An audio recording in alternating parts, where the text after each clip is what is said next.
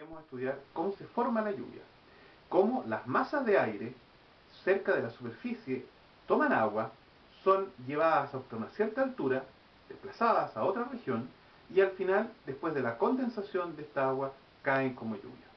En todo este proceso estamos moviendo grandes masas de aire. ¿Qué es lo que mueve estas masas de aire? ¿Qué es lo que es el motor del clima? El motor principal tiene que ser una fuerza. ¿Qué fuerza está actuando sobre estas masas? Lo que nosotros conocemos en mecánica como fuerza, en la parte de aerodinámica tendemos no a trabajar con fuerzas, sino con fuerzas sobre superficies, con presiones. La pregunta entonces, ¿qué genera esa presión que está moviendo estas masas? Y por ejemplo, ¿a qué presión estamos expuestos? ¿O por qué estamos expuestos a una presión? Si nosotros ahora pensamos en cómo se genera la presión aquí en la superficie de la Tierra, podemos imaginarnos parados aquí, y sobre nuestras cabezas se encuentra, al igual que en el agua hablábamos de una columna de agua, una columna de aire. Esta columna de aire, de varios kilómetros de altura, está pesando sobre nuestra cabeza, sobre nuestros hombros, sobre todo nuestro cuerpo. De hecho, la presión que nosotros sentimos acá en la superficie de la Tierra es en promedio lo que se denomina una atmósfera, que son 101.325 pascales. O sea, si ustedes ahora piensan en que la superficie del cuerpo de ustedes es alrededor de 1 metro cuadrado, significa que ustedes están expuestos a soportar una fuerza de 101.325 newton. Y si lo dividen por G van a obtener la cantidad de masa que significa eso.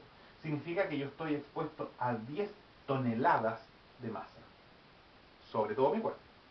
De modo de que si queremos calcular la presión que tenemos con la altura, tenemos que estudiar esta columna. Estudiamos una pequeña sección de esta columna, que la vamos a graficar ahora acá, en más grande. Vamos a suponer que yo tengo esta sección,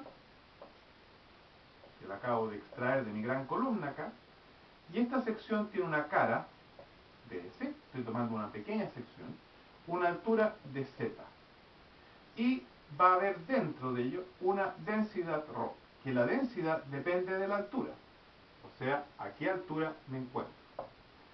Claramente la densidad va a ir disminuyendo con la altura. Estamos hablando de un gas, no estamos hablando de un líquido. Eso significa que las capas acá abajo están soportando todo el peso que está encima. En consecuencia, acá se encuentran comprimidas. En cambio, un pedacito de la capa acá arriba no tiene mucho que soportar por arriba. En consecuencia, su densidad será bastante más baja, estará bastante menos comprimida.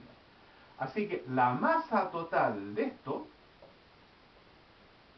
es el volumen, que es la altura por la sección, multiplicado por la densidad. Y la fuerza que esto significa es Z por la superficie, todo lo que es la masa, por G. De modo de que si ahora yo estoy mirando lo que es la presión que se está agregando, la variación de presión entre estos dos puntos, cuánto esto me está contribuyendo a la presión, va a ser la presión por lo que es la superficie, esto me da la fuerza, igual a esta fuerza de acá, que es el peso que está apareciendo, ds por ρ por g. Se me van los ds y me queda que la presión aumenta, voy a despejar acá por el dz,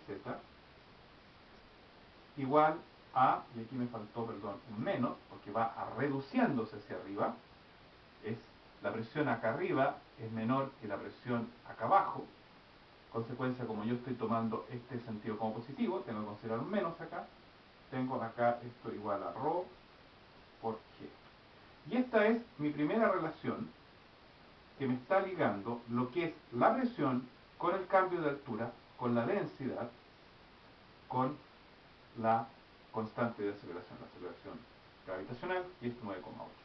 ¿Cómo podemos ahora llevar esto a una curva? Lo que al final yo quisiera obtener es la presión en función de la altura.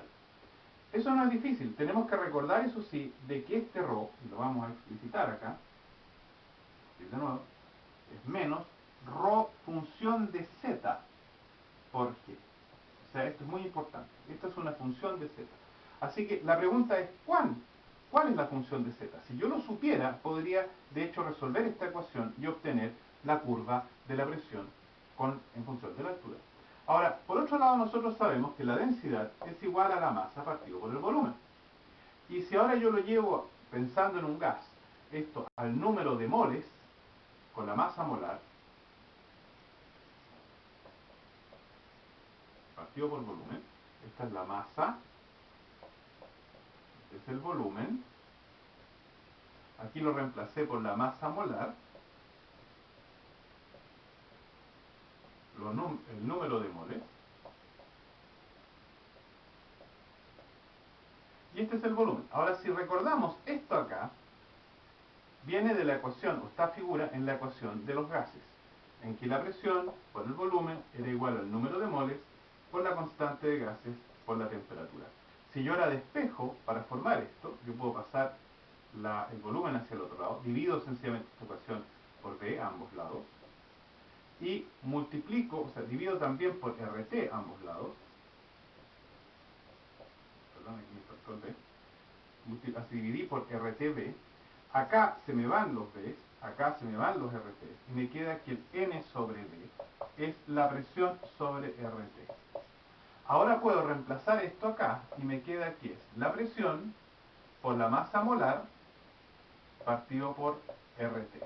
Y mi ecuación que yo tenía recién, la puedo expresar ahora de la siguiente forma: la variación de la presión en la altura es igual a menos, ahora voy a reemplazar aquí la densidad, la masa molar por G partido por RT por la presión. Y esta ecuación, como esto depende de Z y esto depende de Z, lo puedo integrar. Esto es algo que es fácil de hacer. Y en ese minuto lo que yo obtengo es que la presión, como función del Z, es igual a la presión 0. Esta es la presión cuando la altura es igual a 0, que es la presión a la nivel de la atmósfera, justamente los 101.325 pascales que ya habíamos visto. Aquí podemos poner 101.325 pascales, multiplicado por E elevado a menos M mol G partido por RT por la altura. Y esta expresión es la que me está explicando cómo se comporta la atmósfera. De hecho, si lo graficamos, vamos a obtener lo siguiente. Es una exponencial con signo negativo, así que va bajando. Aquí en la superficie está la altura sobre el planeta. Acá tenemos nuestra presión atmosférica inicial. Y lo que vamos a obtener es una curva exponencial que va a ir bajando. Este factor de aquí es el típico factor con que va bajando esto. De modo que, por ejemplo, yo esto lo podría definir como una altura. De hecho, si uno mira las dimensiones, esto es la altura. Y esto, para que esto no tenga dimensiones, el exponente no debe tener dimensiones, debe ser una altura, 1 sobre altura. O sea, voy a tener un Z, que lo voy a llamar Z0, que va a ser RT partido por la masa molar G. Esto acá tiene dimensiones de altura, de distancia. En consecuencia, toda esta parte aquí queda como Z sobre Z0. O sea, esta curva es P0 E elevado a menos Z sobre Z0. Y este Z0 ustedes lo pueden calcular. Esta es la constante de los gases, 8,314 joules por mol Kelvin. La temperatura la podríamos asumir con 18 grados Celsius, temperatura típica, o pasándola a Kelvin. Hay que hacer la transformación. La masa molar del aire son 28,9644 gramos por mol. Y G es 9,8. Si yo hago todo este cálculo, obtengo que el Z0 es igual a 8.527,8 metros.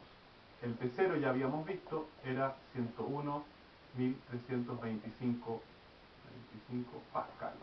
Y con ello tenemos descrito completamente el comportamiento de la presión como función de la altura. Obviamente, cuando estamos más altos vamos a tener menos presión. De hecho, si uno lo piensa a nivel para el ser humano, nosotros ya a 5.000 metros tenemos grandes problemas de respirar, nos apunamos. A 4.000 metros tenemos menos problemas. 3.000 metros, 2.000 metros es algo todavía que es bastante aguantable. De modo de que aquí nosotros tenemos una noción de cómo va variando la presión atmosférica en función de la altura. Y si quisiéramos podemos usar de hecho la otra relación para volver también a la densidad. Podemos también indicar la densidad que tenemos, ya que tenemos, según la ecuación que habíamos visto para los gases ideales, podemos escribir directamente la densidad como la masa molar por P partido por RT. Como conocemos la presión en función de la altura, también conocemos la densidad en función de la altura. Veamos ahora cómo esto lo podemos llevar a la parte climática.